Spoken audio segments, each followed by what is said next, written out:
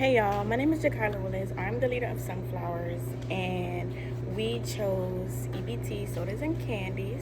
I did my research on the incentives versus restrictions when it comes to them getting rid of EBT on candies and sodas. So, incentives are obviously better and a different alternative than restrictions. Research shows that restrictions would not improve the public's health, it would only worsen them because it would cause stigma.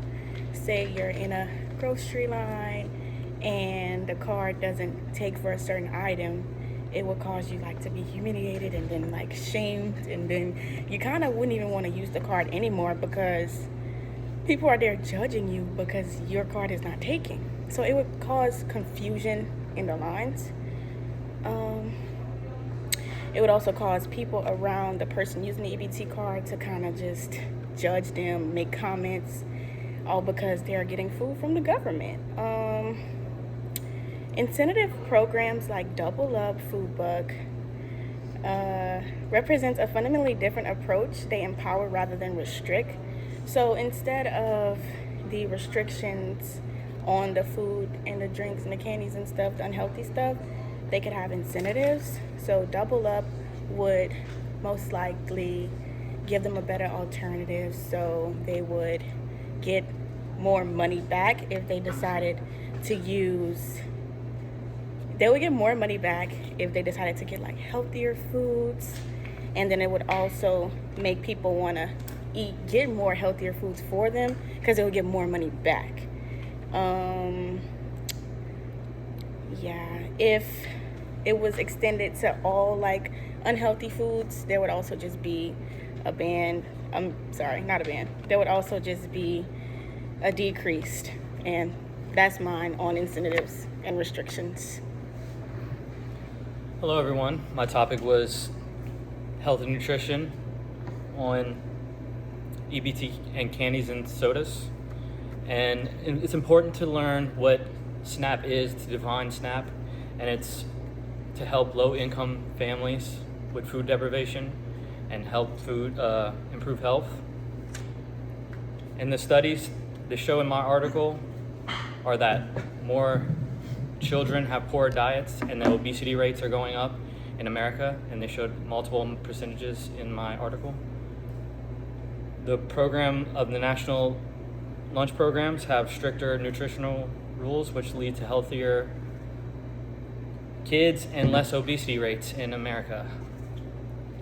According to PMC PubMed, 82% of the surveyors in this article all agreed that the obesity rates are a problem and that you can start buying more healthier foods and less sugary foods like candies and sodas to help with the obesity rates in America.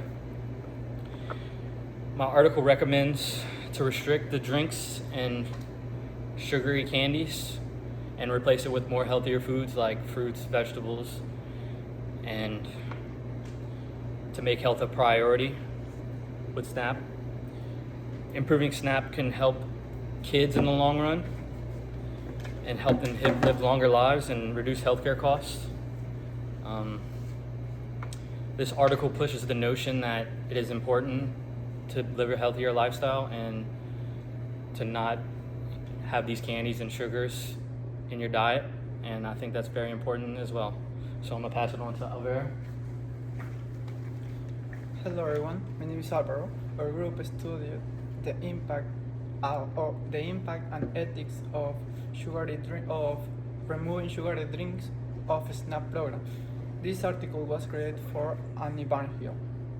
So, first, let's talk about the supporters. Supporters say that the sugary drinks can cause diabetes and obesity, and it's not nutritive for our body, and also they don't make you feel full.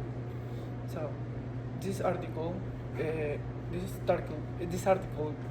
Annie Barnhill talked about this article, and she explained both sides, good and negative point of this idea. So According to Annie Barnhill, according to Annie Barnhill, mm, according to Annie Barnhill, funding is not participants consumption and consumers of sugary drinks those not further or SNAP primary aims. In conclusion, in the end, Andy Barnhill said that the government needs to search a balance or an equilibrium between freedom of choice and good public health. Hello, my name is Madison, and my topic was alternatives and reforms to the EBT, to the EBT program.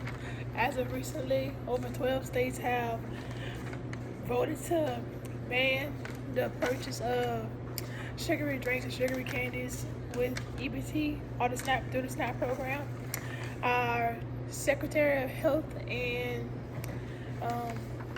our Secretary of the U.S. Health John F. Kennedy Jr.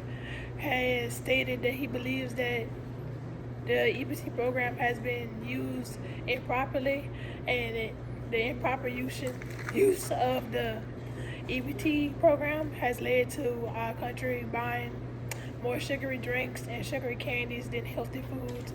So that is leading to an obesity rate in the country. And they believe that with banning the sugary drinks, sugary foods, that we will be able to have healthier rates, and that people will find alternatives like drinking more water and drinking less sugary candies or organic sugary candies with fruit-based sugar, and drinking healthier drinks like organic drinks or drinks with fruit-based syrups. And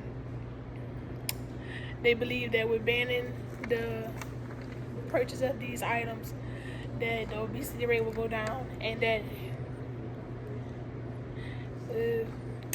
we will be able to have a healthier country. And 12 states, including the state of Louisiana, has voted this, and this law will go into act, I think January of next year, and it will ban the restriction,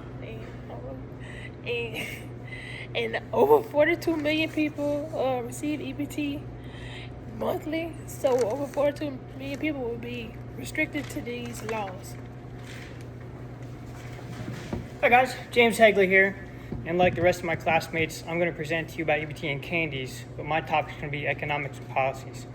Now we understand economics is the study of how stuff's used within the community, and a lot of times it's misrepresented that EBT is solely for underprivileged. It's actually also for the geriatric community. A lot of times it's not taken into account, but geriatrics require different nutritional needs, such as kids. Like I've stated in past presentations, it's so much so that you want to worry about health-related issues like obesity that has already been mentioned, cavities, dental work, stuff like that, but also nutritional value. And what they're trying to do through economic policy changes is adjust what can and cannot be bought with these funds. Now it is limited to age groups and income. However, it doesn't limit what you can buy right now. And what they're trying to do is push for a change here in Louisiana coming up in January. They want to push to make sure you can't buy sweets, candies, and stuff. But according to some social workers who did some research in November 2016, have found out and presented to the House Committee on Agriculture in 2017, Ms. Diana Whitmore presented to the case that it doesn't matter what the money is given to or how they're spending it, they're still going to drink sodas, still going to eat candies.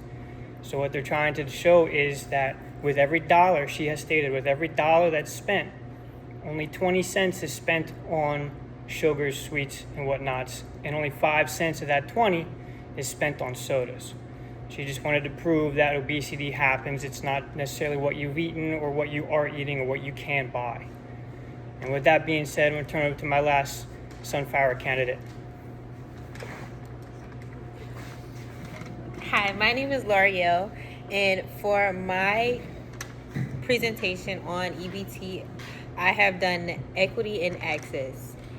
So, per the Department of Children and Family Services, for a single family household, the gross limit income that is required to be approved for EBT will be $1,632, which could qualify for $292 worth of EBT.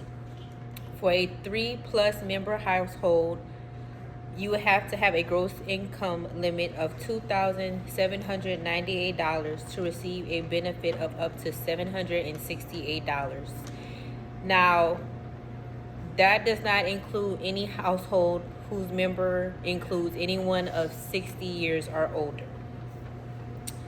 Some requirements also that you have to meet are that you must show proof of living within the state of Louisiana, and all able-bodied adults must register for work and accept suitable employment. For the overall